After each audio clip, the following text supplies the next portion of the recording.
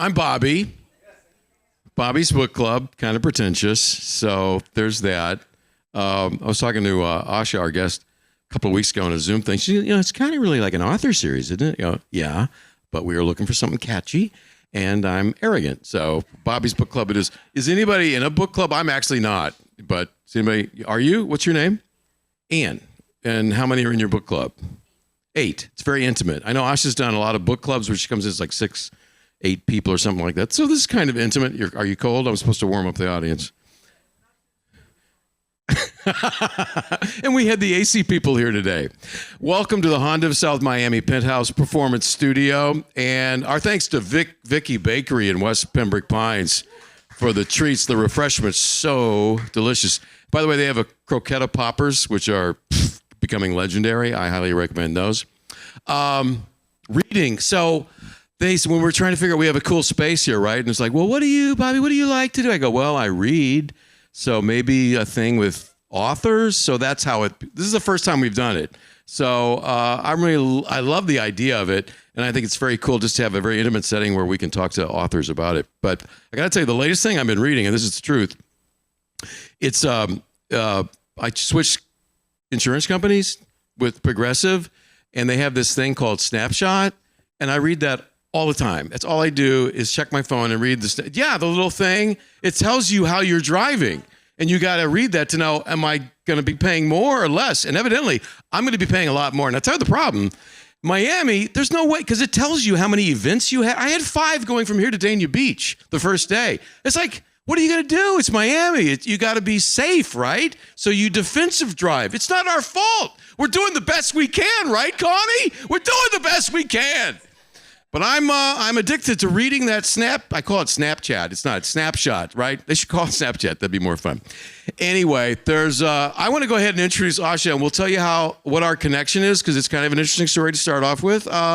Ladies and gentlemen, friends of the Bobby's Book Club, she's incredible. She's clever. She's funny. Totally South Florida, from here, and she writes. I tell you, the window, the painting, the mirror of South Florida are reflected in both of her books. Pink Glass Houses, Namaste Club. She's amazing. Asha Elias. Please come, Asha. These look like something from like a Mike Myers movie or something, don't they? Yeah, or something.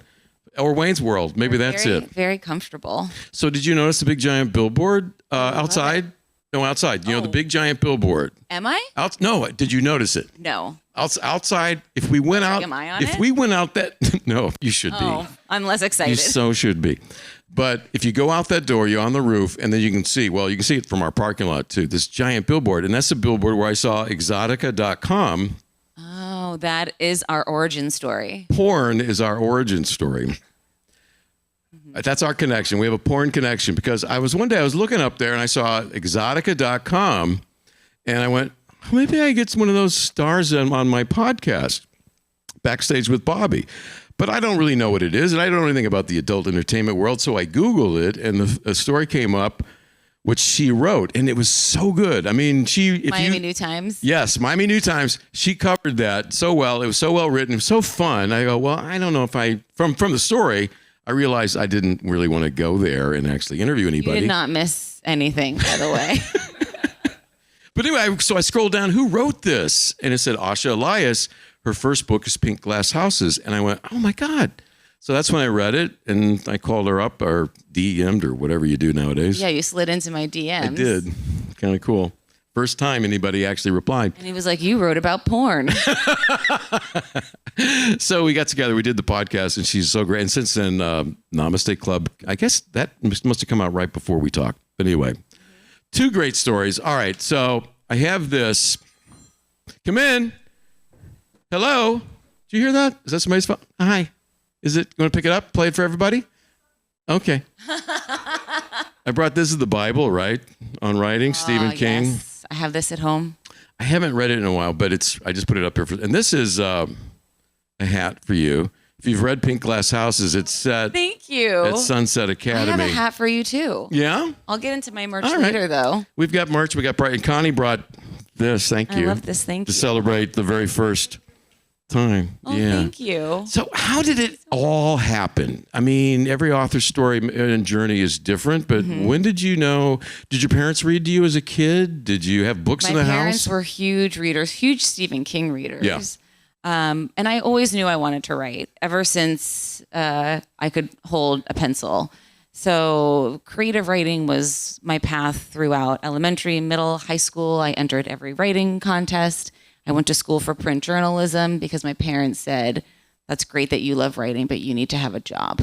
So English was not a viable major for me. But I loved print journalism, and I'm still writing articles, which is how you found me. But the dream had always been to write a novel, but I didn't know where to start. I didn't have the confidence. I didn't have an idea, honestly, that I wanted to sit with for, books can take 2, 3, 4, 10 years sometimes. I didn't have an idea that I wanted to devote that much time to until I had kids in elementary school and I joined the PTA. And I said, well, there's something to mine here. It was in 2020 and during quarantine when everyone was kind of picking up different hobbies and I was no good at making sourdough. And so I said, I'm going to try to write this book. And at the time, I was the vice president of fundraising for the PTA. She's Charlotte then, right? She's got to be Charlotte. So if you've read the book, that was my frame of reference. And I just started noticing how, and it wasn't just in the PTA. It was very much in philanthropy as a whole, that these organizations that were supposed to come in with our best intentions can turn into these ego battles. And I thought that was really interesting. So that was the starting point for Pink Glass Houses. Wow. But really, you weren't just Charlotte. I mean, that's the easy go-to, Charlotte. But there's also the transcripts of the interviews with Magic City Magazine or whatever that. And then you worked for Ocean Drive for a while. I did. And there's bits, and I guess a writer, if you're reflected probably in all of those characters, because that's the only way, truthfully, you can probably write them. I like to say that all the characters are composites of different people I know and of myself. If you've read the book, there's a character named Darcy who is the outsider, and she feels like these women are all crazy and corrupt. And I definitely have a lot in common with Darcy. But at the same time, I have a lot of Charlotte who's like going to go get it and try to do everything she can to raise the money. And, for her, that's almost an expression of her love for her kids. She said, this is something I can do to be a better mother. And then there's some characters with whom I do not relate, like Patricia, exactly. And Don Walker, But you met, those are the rich, kind of they're uber rich, but con men, and spoiler alert. But so Miami Beach fundraising, it seems like it's very over the top, and yet it's Miami. So there is an element of truth in some of that, right? Oh, I would hope so. I think that a lot of the wildest things that happen in Pink Glass Houses, the most outrageous, that seem the most satirical, are the closest to truth, I think. Really? I don't think I could have made those things up. But for example, Don Walker, we've already kind of spoiled this, ends up being this big white-collar criminal. And I can't even name every single Miami transplant who moved here from someone with their big bank account from somewhere and wanted to put their name on buildings and show up at the galas and throw around their money. And we all, at the organization say, thank you so much, and we accept it. And then 3 months later, they get arrested for operating a Ponzi scheme. It happens. So that was just Asha, really it ripped happens. from. There was a misunderstanding. It's all going to get cleared up when it goes to court. Exactly. Yeah. Exactly. I tell you, but Darcy is an attorney, and she and her husband, I really liked her. Here's what, when you read a book by Asha, it's like, I call her the Carl Hyacin who's feminine and young and contemporary. She's got that same. I love that. You are, both of you, so good. I mean, you read Pink Glass Houses, and yes, I've lived here for, 15, 20 years. You think you know areas and stuff, but yet there's a part of I forgot that that Halloween tradition in Mid Beach, which is real, Yes. and if you have never been there, it's a little nugget, a little gem. It's a this spectacle.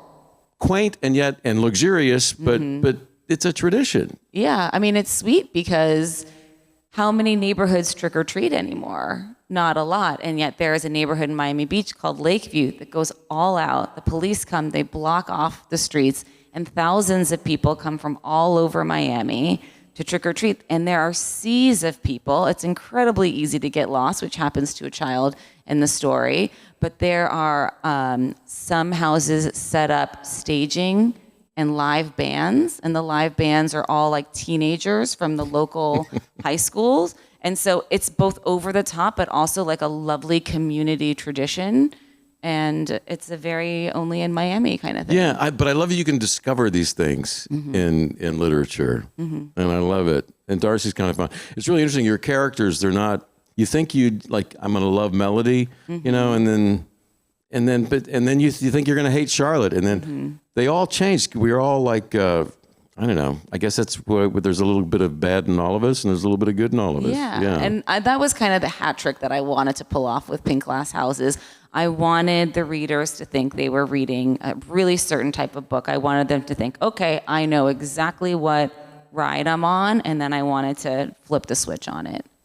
So that you really had no idea for any novel that you wanted to write until 2020 when you were doing the PTA stuff. I didn't have the big idea. Yeah, you wanted to write, but you didn't. Yeah, but there wasn't something that was really, I think for me to want to devote time to a book, there has to be some kind of emotional turmoil in my life that I want to mine. And in this case, the PTA was driving me crazy. Apparently, it was you bad. still live in Miami Beach. I'm sure there's a lot of people. Yeah, are you still? Oh my gosh! Now, people, your friends that go to school and that you have relationships with, they've probably read the book. Are they looking for themselves in the book? Everyone, and it was great. It was great for sales, honestly. It was very good for book sales. But did you offend anybody, or did anybody think that was them? Not that I know of. I think that there was enough distance. I think there was enough of myself in it and enough distance from the people who are actually involved that I don't think anyone felt personally attacked.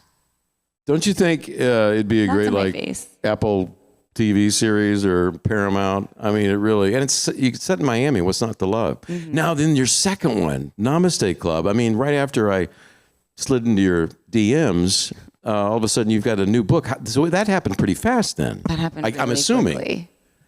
No, it was pretty. So it took me. I started writing the first pages of Pink Glass Houses in 2020, and then by the time, having no idea what was going to happen to it, I didn't have a literary agent. I had never written a novel before, so I was just doing it for me, and I thought, I'll see how far I can take it, and everything that came later was a surprise. So by the time I found a literary agent, she sold it to a publisher.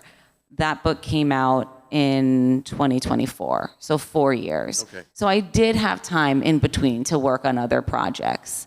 And that's why it seems like 11 months later, the Namaste Club came out. But really, I had been working on it before Pink Glass Houses published. Oh, okay. Now, you talked about it just seems so nonchalant, and then I got a literary agent. That's not easy, right? That's the hardest part of the whole thing, to be honest with you. There are so few literary agents in the world and lots of people who want to publish books. So there's a formal process of trying to acquire a literary agent. It's called querying.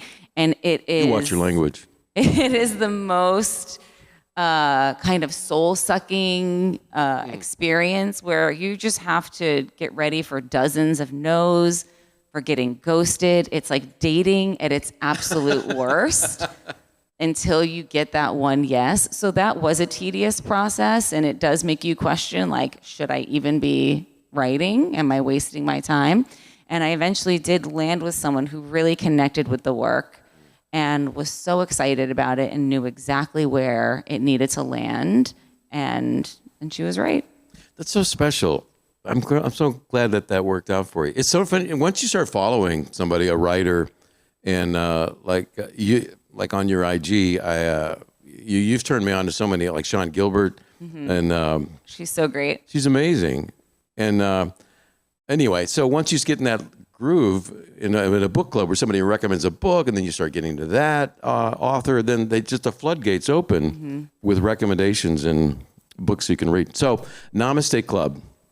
Okay, so I learned so much from Pink Glass Houses about people that I don't, there's hallways that I don't walk down, and I don't have, 5 crystal 5-inch pumps or whatever, those things, those fancy We could get you some. hand blown glass, light bulbs and stuff. But Namaste Club, I don't know any. I mean, my kids do yoga and Pilates, and my wife does Pilates and stuff. But that's a whole world. Clearly, I don't. So that's the wellness industry. Yes. But it's also set in South Florida. Do you think though that could be set anywhere, or is that really a Florida thing? I mean, the characters that came in through the story are very Florida. They're very Florida. Oh, well, yeah. But You could put a wellness retreat anywhere. Arizona. It is kind of such a big, buzzy thing right now. And it's also the Wild West, because wellness could be something recommended by a doctor or a fitness professional, or it could be someone who loves crystals and will tell you to sun your anus. Yeah, which is an perineum actual, sunning is a thing. I learned that in the book. Little tanning. Apparently, it's a It's a thing. your life force. It's who are you telling me? What's his name? The political guy. He just Tucker Carlson. Yes, Tucker Carlson. Yeah, he's a fan. He's a fan. Now try watching his podcast. That's so interesting. So how deep? I know you do yoga and that stuff. So have you been on a retreat? I actually haven't done a retreat. I've done kind of local retreats, but I haven't done one like I wrote about in the book where everyone's kind of locked away for a week. And I just always think that like the locked room mysteries, there's so much opportunity. When you take strangers and put them in a place and then force them to interact for a week, weird things are going to happen. Conflict is going to arise. And yoga is another one of those interesting things, like fundraising, where on the surface, you should be coming with good intentions. You want to better yourself. You want to be healthier, more spiritual, more grounded. But sometimes, again, the egos take over and our worst attributes come to the surface. Well, and they're practically naked. And they're practically naked. It's very physical. Very physical, and they're correcting your form. I don't know if I could. It's ripe for all kinds of things. And which you explore, and it's just fascinating. And it's a murder right up front. I mean, you hear about it's something bad. Yes. It's a Florida man right up front. The book starts with a headline that says, "Florida man found partially eaten by alligator at luxury yoga resort." Which you'd see that in the morning and go, yeah, it's Tuesday. You're like, oh, yeah. Another day. You're like, again? So I love Namaste Club too. It's so it's very clever and very funny. And I think that's the first time I saw the expression "What the Florida." I'd never. Have you ever heard that? What the Florida? Isn't that genius? Asha Elias. Thank you. Thank you. I want bumper stickers and merch, T-shirts. Yes, that's what we should have done. That would have been great. I should have put that on the hat. But anyway. No, I love this. That and perineum tanning. But so do you have another idea for your third book floating around? Are you working on something? I do. I have a book with my publisher right now. Please tell. So I am waiting. With the publisher right now? It's with the publisher. It's done. It's actually not done. I sent it as a partial. Okay. What does that mean, a partial? It means I gave them half the book. I have another half written, but it needs a lot of revision. This is a book I've been working on for almost 5 years, and it's kind of changed from a grief book to a rom-com, which sounds weird, but it really, that's how the story evolved. Its working title is Honeymoon for One, and it's about a young Been there. No, I'm kidding. Honeymoon for One. Honeymoon for One. Aww.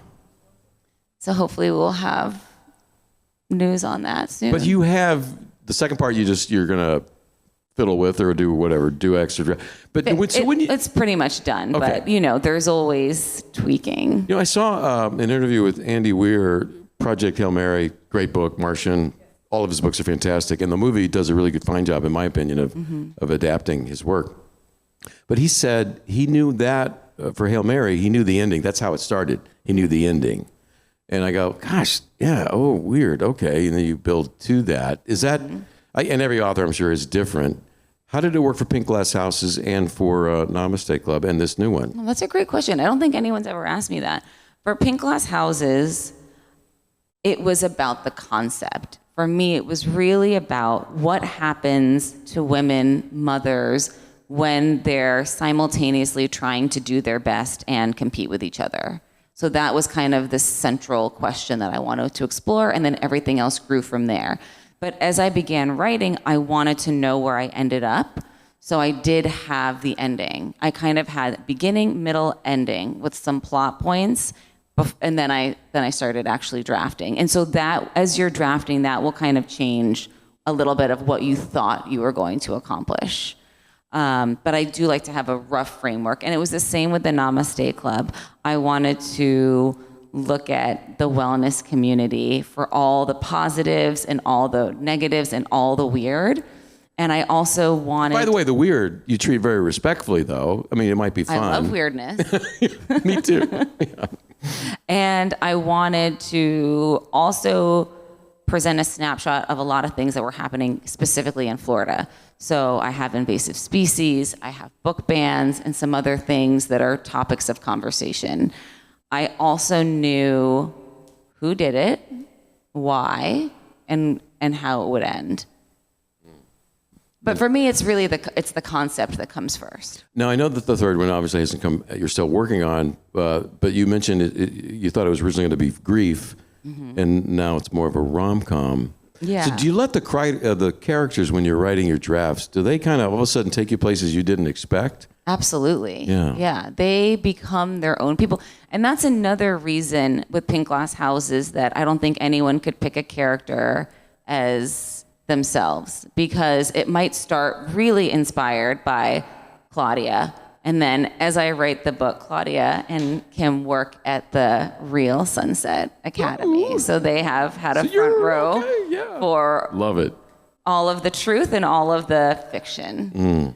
But a character might have started from a specific person or an incident, but as you write them, as you give them a family, as you give them dialogue and put them in situations, they become their own people, and they do surprise you. And after a while, you can't really tell them what to do if you're being honest with the work.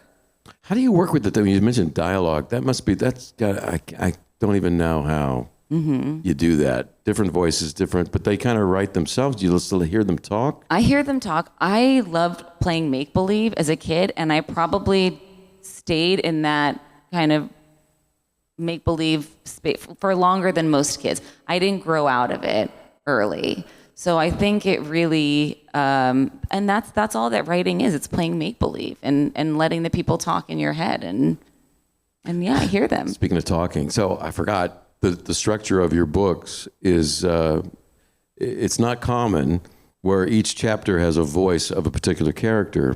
And I love that. So Multi-POV. Is that what it's called? Multi-POV. Okay. And I haven't heard the audiobook for Namaste Club, but you have different voice talents for each character, which is they do that chapter that their POV is. So it's kind of theatrical. Yeah. And I've heard parts of it, but I haven't bought it yet. Sorry. But it sounds so interesting. What a clever idea. Oh, so wonderful. So I like working in multi-POV because you can kind of get, like, coming from a journalism background, his story, her story, and the truth. Because when you're seeing an incident from multiple characters' perspectives, you tell the story. You kind of become the storyteller because you're figuring something out that they don't know.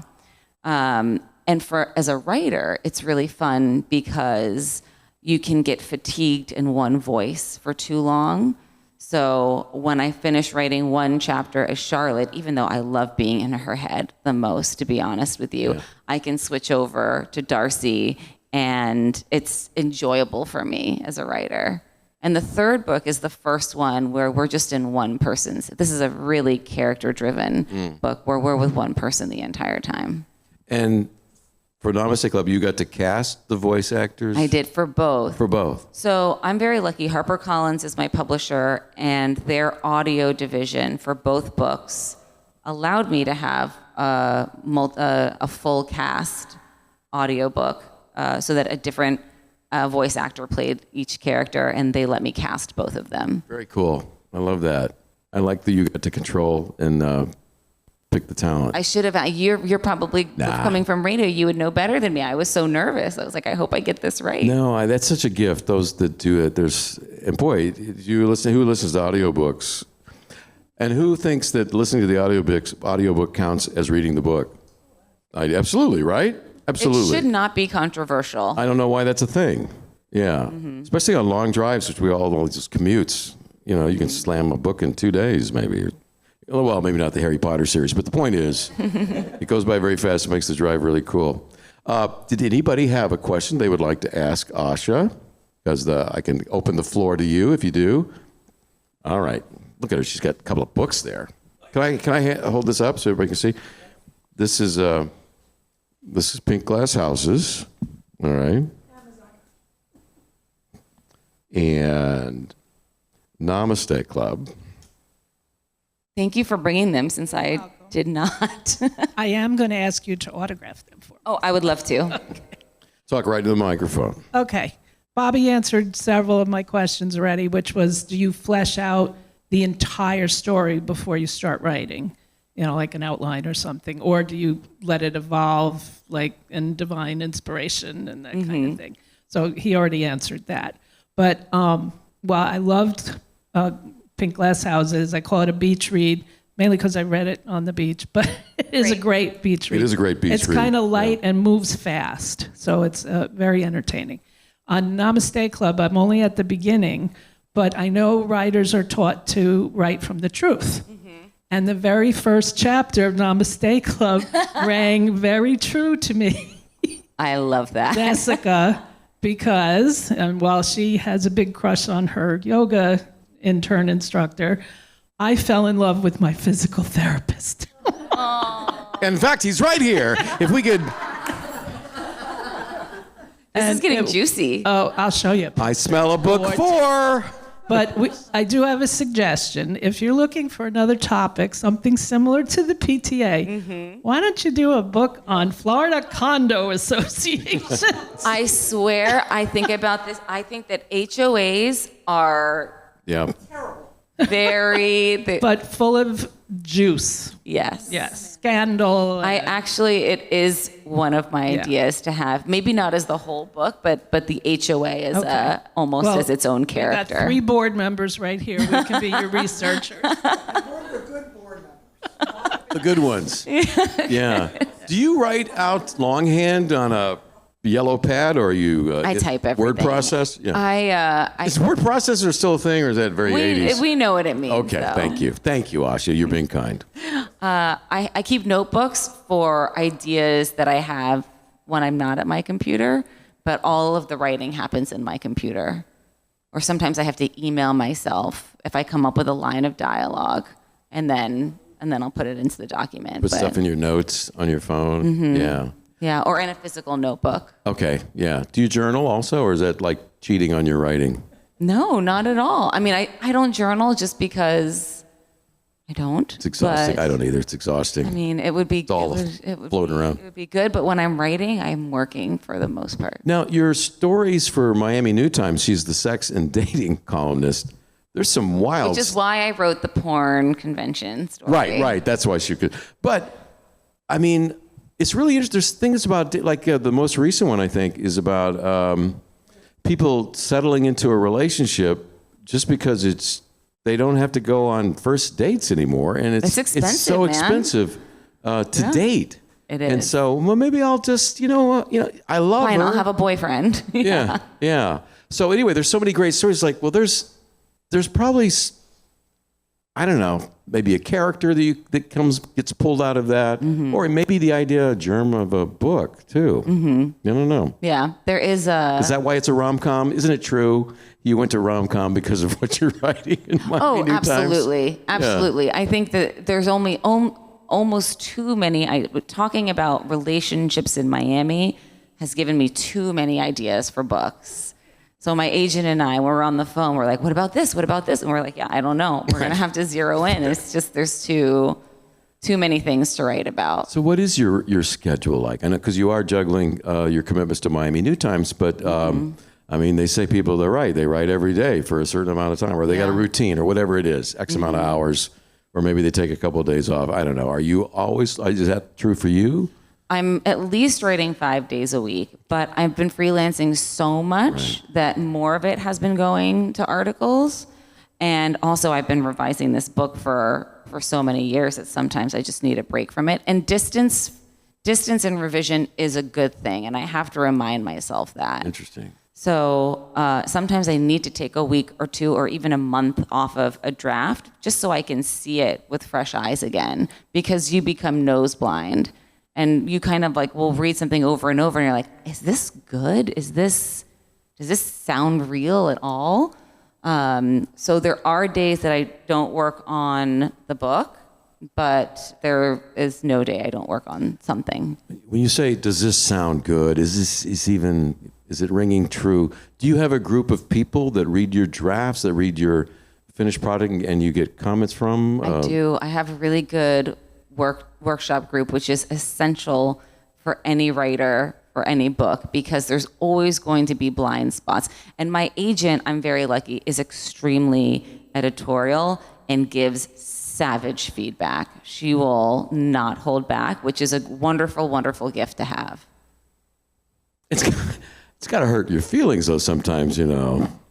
Not really. Because it helps to write. So their comments, as soon as you read, you go, she's right. Yeah. That's the truth. Yes. If anything, it's annoying because I'm like, oh, I have to do more work. Like, that's the part that is frustrating. But no, it doesn't.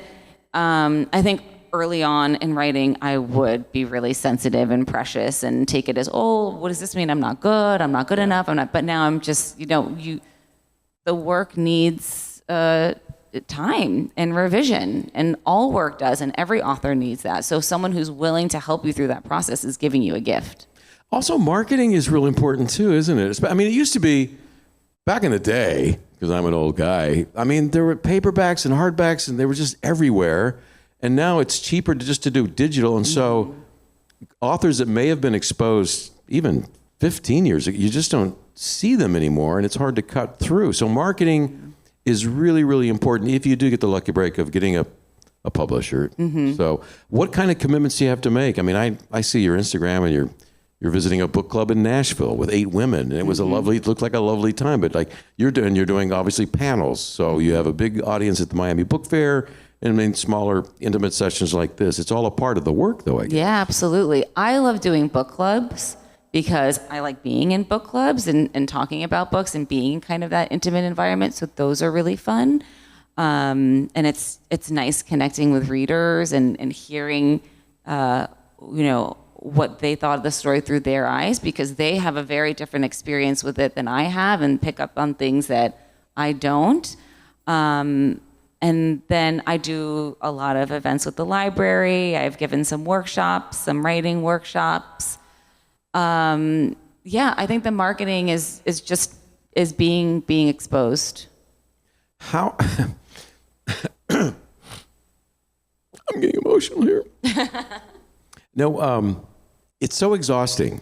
You also, in a relationship, you're writing. So where do you have the time to even do? And what are you reading? What's on your bookshelf? Well, I just finished reading Lily King's new book, Heart the Lover, which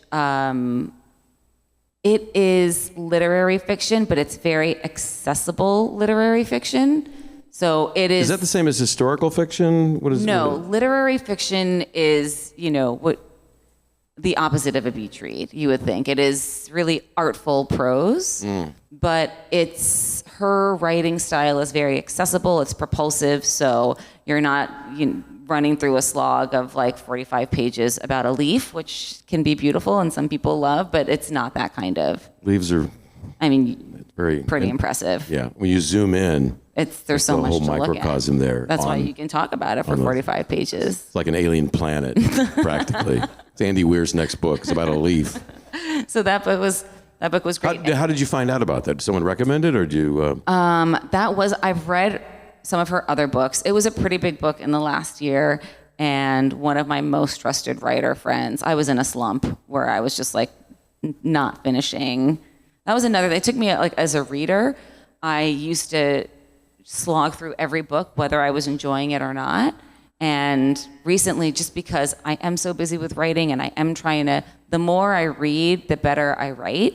So I am trying to absorb as much material as I can. So I've given myself permission to not finish a book if it's just not working for me. And I'd been in a slump of not being able to finish a book, and this was the first one that got me out of that. I'm glad you said that, because I made that choice too. Like 30 pages, it's like, okay, no. Sometimes you just got to let it go. Yeah. And you can always come back to it. You can. What's on your, so what, do you have a library of books? I do. Yeah. Do you keep it in the sun, or you protect them? It's actually, I converted the mudroom of my house into a library. And that was just like a fun, whimsical thing that I wanted when I moved into this home a couple of years ago. So it's pretty light protected, but I don't have, like special gloves to handle my books or anything like that. I'm not precious about them, but I do like to have them at home. Do you have just certain genres that you read? Will you do a little rum or a steamy lit kind of a fantasy thing? Or is that not your I wish I could. It's a great genre. It's a very huge. Romance it's huge. Huge. Yeah. It's huge. I can't read it, but I know it's huge. It's not my preferred genre, but there are books within the genre that get me. And Heart the Lover does have a lot of romance elements. Curtis Sittenfeld wrote, I think it was called Rom-Com. I'm looking at. It's a good title. As my library contact, I feel that. But I'm a big contemporary fiction person. Something like that's lightly literary to lightly romance and anything in between. I just read this historical thing. I didn't know the genre, but I love the author, Ariel Lahan. And it's about a midwife in colonial America. It's the best thing I've read, I think, in 10, 20 years. Cool. Rocked my world. That sounds really unbelievable. interesting. And it's based, they just found the diaries of this woman. And she's an amazing woman. But you wouldn't have even known about her. And yet, I think her great-great-granddaughter started the American Red Cross, and beyond that, was one of them was the first female physician in America, but she started off as a midwife. Over 1,000 births, no mother ever died. Anyway, Wow. fascinating. And there's a murder, but at its heart, it's a love story. But this is nonfiction. It's fiction. It's based on inspired. It's historical. It's inspired fiction. by her diaries, and they flesh it out. That does sound very good. Yeah, because they can do that. Anyway, yeah, but that surprised me because that's not a genre that I normally would have stumbled on. Sometimes you surprise yourself. People make recommendations, and then all of a sudden, you read a book like Kristen Hanna. I read The Women, and all of a sudden, you binge. The Nightingale's great. Oh, The Nightingale is unbelievable. Now, do you binge books like you do TV shows sometimes? Yeah. It's like it's 2 a.m. You go, just one more chapter. Yeah. Like you're absolutely. high or something. Yeah. Yeah. Not that That's the dream, is when you get to that point, you're hooked. Yeah. I love it. Well, thank you so much. I've enjoyed talking with you again. Thank you for having me. Thank you for the hat. I have some stuff for you too. And I have some merch. I probably have enough for everyone. Everybody, I do too. I got this package in the other day, and Kira. it said, I did an unboxing video because this is what the kids do, right? And then I opened it up and go, I did not. You're trendy. I did not order this, and I saw the name Kiera, and I went, I don't think that's a character in one of Asha's books, because I thought, Asha might have sent something. It's not, right? There's no Kiera. There's no Kiera. So I don't know if anybody has anybody named Kiera, because this is yours, if there is. Or if you plan on giving birth in the next, and naming your child Kiera, you will get this. But anyway, I have goodies too. Everybody here gets toilet paper. I have one of these autographed. Isn't it great? We're saving trees and forests. I'll never open mine because it's autographed by Bobby. So it's called Who Gives a Crap. And I don't know how to, it's evidently on an auto subscription, and I don't know how to turn it off. So I have boxes in my office, in my car, and now everybody gets some. So everybody gets something. You get some TP, and you get some TP. Thank you, Robert. It's for you. Thank you, Connie. Have her autograph that too. Thank you. Asha Elias, everybody. Give her a nice hand.